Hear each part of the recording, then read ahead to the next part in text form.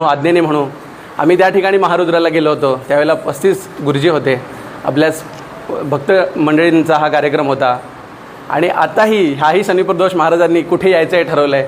असेच आमचे उत्तम महापर्वणी, त्यांच्याकडे यायचं ही पर्वणीच आहे. मग इथे येऊन काय म्हणून घ्यायचं हा खरं तेही त्यांचा प्रश्न आहे. कारण त्यांनी हा धर्म पाळायचं, हा धर्म सांभाळण्याची ही जी काही त्यासाठी ज्यांनी अवतार घेतला तो त्यांच्याच आज्ञेने त्यांच्याच कृपेने हा यापुढं राहणार आहे. तशीच ते सद्बुद्धी आपल्याला देवोत.